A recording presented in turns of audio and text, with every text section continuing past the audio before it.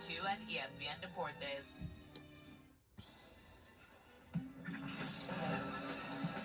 Welcome back.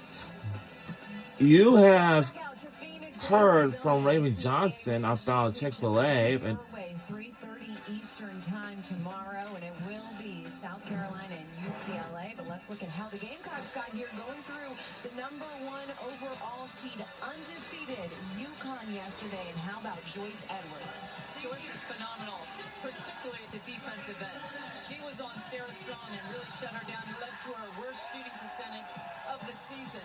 And I don't think she came out of the game. I mean, she was on her the entire 40 minutes and really came through on offense as well. She was doing everything she could, and then you see Agat McKeer, the open 3, knocking it down. But as Coach just said, they were pretty locked down on Sarah Strong. Well, they played connected defensively. If one person got bumped off their motion and defending defensively, the next line of defense was there. And then South Carolina aggressive getting to the free throw line. South Carolina gets the win, but here is afterwards all the talk, the drama between South Carolina head coach Dawn Staley and Gino Auriemma. Here's what Staley had to say after to Holly Rowe.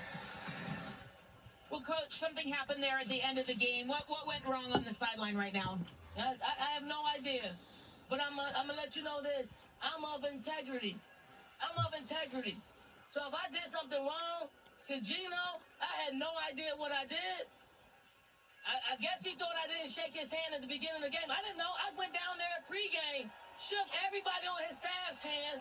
I don't know what he came with after the game, but hey, sometimes things get heated. We move on.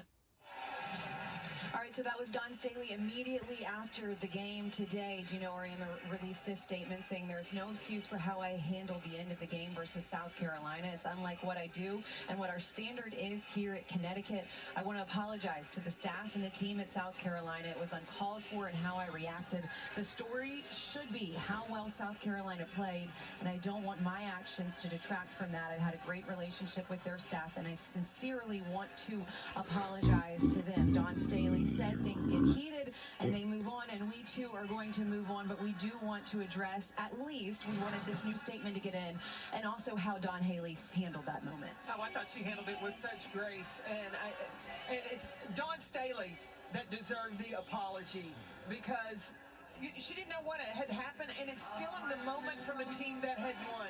And so instead of Dawn going off and then carrying on, she said move on. She's focused on playing in this national championship game. She handled it so well, and I think all women looking at that, the way that she handled it, women being disrespected publicly, it was great for her to take a stand and know that we are not backing down. She wasn't just standing up for her team and herself. She was standing up for all women, especially women of color. This is a big moment, and I think just she handled it perfectly. I think we can all look at that as just a great role model for all women. Well said there by both of you. Dawn Staley, of course, is such a great role model. She has done so much with this program to bring them to this national spotlight, and to be here playing for a third straight time for a national title game. Your team feeds off your energy as well. So to see that response from her, I think says a lot about what their mindset will be moving forward. One of the things that Coach Muffet McGraw said on SportsCenter today is that it's so important, especially on this stage, that you as coaches, you keep your composure, because your players feed on that. If you look nervous or uptight or start being out of character, Welcome back to the NCAA Women's Championship Open practice. Now, if you notice in the Final Four, like this past Friday, just a couple of days ago, Dawn Staley and Gino Auriemma have just got involved, hated involvement at the end of the game. That's very outrageous. I've never seen like this before in the Final Four. It's the first time I have never seen it, but we'll be watching the Final Four. When you come out, that feels you know, like a championship game. It feels like that was the best game game, and it comes down to the wire. It's so emotionally draining. I still think that's what happened to South Carolina in the SEC tournament. They beat LSU, and they were just done emotionally to come out in that Texas game and didn't look as good. So I think that you have to find a way to reach deep inside and know, like, hey, we're going to sleep a week after this, but right now we got to really focus. And again, trying to keep them off their feet and give them some rest, but the emotional part of that game. Absolutely. When you look at both of these teams, South Carolina and UCLA, they were the underdogs coming in. And so they had that little extra motivation, a little chip on their shoulder. Now for these two teams to meet in the championship, where do they find that fuel? Like, you've got to find that bounce. And I think you go back to everything that you talked about, going all the way back to when you got together in August, September, October, like focusing on your standard, making the main thing, and blocking out the noise of who thinks you should win, who's got the edge. And trying not to focus on, like, we're going to be national champions. Like, that's yes. the end product. That's the result.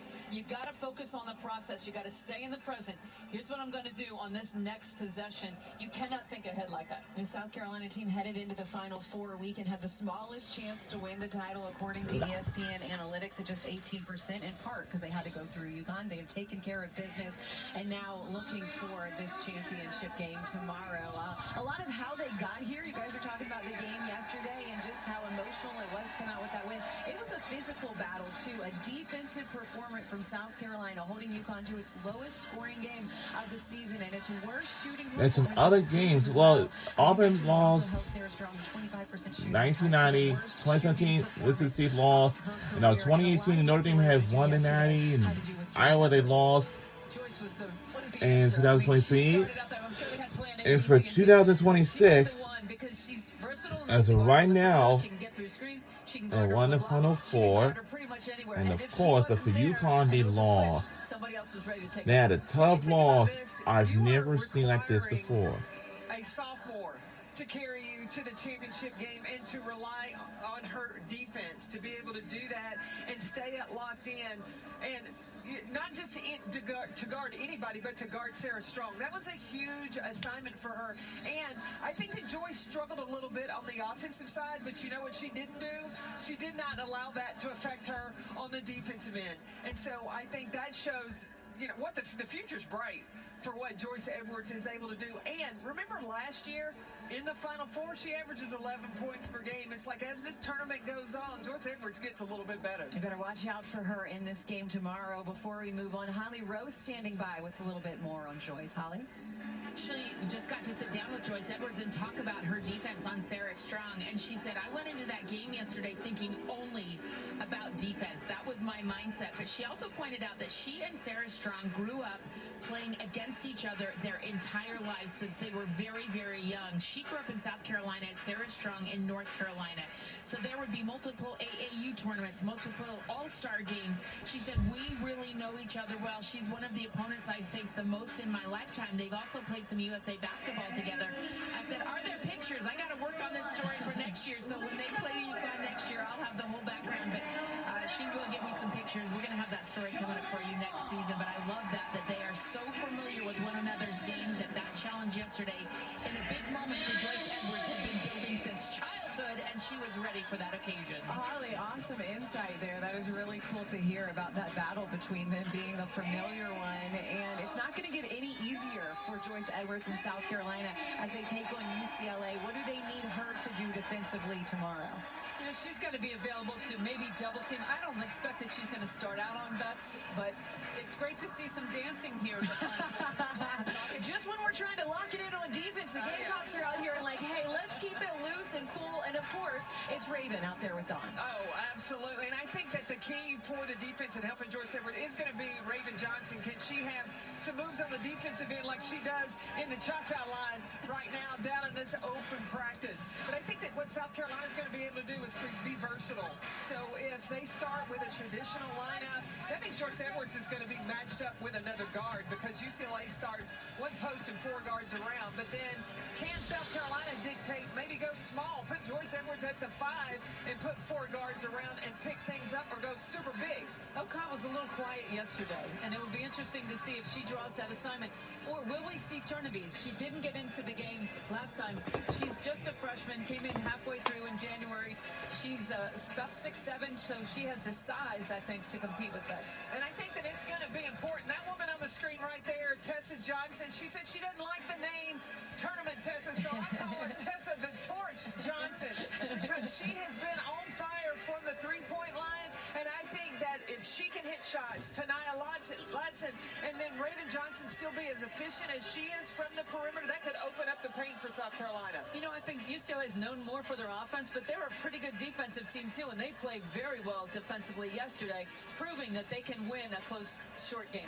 Tessa shooting 49% from 3 in her career in the NCAA tournament game. Such a big part of her game, and we'll see how it factors in tomorrow. Holly, what do you think? Well, Tessa Johnson had one of the best viral moments of this entire college basketball season when playing against LSU in Baton Rouge. Kim Mulkey had this really impassioned huddle where she's yelling, "Who can guard Tessa?" One player, Bella Hines, raised her hand, but that has become a theme for the team all season long. So look at this adorable shirt. I wrote Chloe kids into modeling for me. Who can guard baby Tessa in this shirt? Oh, look at her. Thank you, Chloe. You're a beautiful model, and we can't wait till you're back on the court as well, my love. But these shirts are being sold, and the proceeds from these shirts are going to help a camp that is given every summer in Minnesota, Tessa's home state, from her grandparents, Rennie and Linda McCullough. It is called Camp MN, and it is for adults and children with disabilities. And she said, this is a camp that I've been going to my entire life. It's what I would look forward to every single summer. People being able to have every kind of experience despite their disabilities. So these are really worthy. Who can guard Tessa, doing all the good in the world? And congratulations to her parents for such a beautiful experience. Holly, awesome stuff there. Thanks so much. I love the shirt, too, with baby Tessa there for Chloe. I mean, you know they want Chloe out there as soon as they can get her back healthy, too. Oh, yeah. Oh, yeah. Well, I tell you, too, another thing that how I saw South Carolina grow this season, since we mentioned Chloe Kitts not playing this year, Dawn Staley said the chemistry in the post had to take time to develop. And so in the meantime, as that was happening, the guards really had to step up. They had to provide a lot of the offense. You know, I think you see your chemistry more at the defensive end sometimes than the offensive end. They do a great job sharing the ball, but it's their connection. You talked about it earlier, their connection on defense, and they are all competitive. They do not want to get scored on, and you can see that the way they defend. That's such a good point, too, about Chloe Kitts, because I remember when that announcement came out, you were just like, oh, man, she's such a big part of what this team has been able to do, and the way that they were able to maneuver and figure out that role and that hole without her is really impressive, too. Yeah, not only did they not have Chloe Kitts, they also didn't have Ashley Watkins. Those were 2 major pieces inside. So what did South Carolina do? Well, they got Medina Okot, and she had to really become that glue, that solid player inside. They had Miriam Dowda, who has really emerged, and when Adele Tack went out, I mean, that really fell on the shoulders of those 2 bigs, and then getting the freshman coming in January, Allie Turneville. I'm going to tell you, this young woman is going to be something special, and we're expecting we possibly could see her tomorrow going against the size of a 6'7" Lauren Betts. I'm a little interested. Okot's a really good three-point shooter. She hasn't shot a lot of them, but she's about over 40%. If Lauren Betts guards her, would she take her out to the three-point line? Because she could definitely take her off the dribble from there, but would Betts come all the way up to guard her? Coming up on the other side of this break, we're going to continue counting you down. We have got more to go here from South Carolina's practice. We mentioned some of the new faces that we have on this team. The impact Tanaya Latson has had has been huge. She came over and played a big role for the Gamecocks this season. Sorry, we were on air still.